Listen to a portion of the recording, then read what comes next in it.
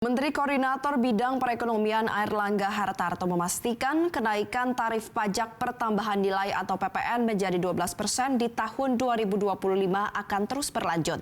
Dengan demikian kenaikan PPN ini akan dilakukan pada masa pemerintahan yang akan datang.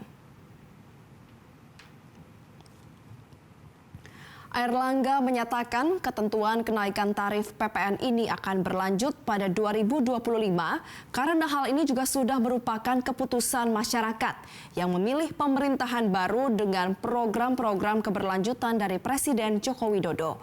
Berdasarkan pasal 7 ayat 1 Undang-Undang HPP, tarif PPN yang sebelumnya sebesar 10% diubah menjadi 11% dan mulai berlaku pada 1 April 2022.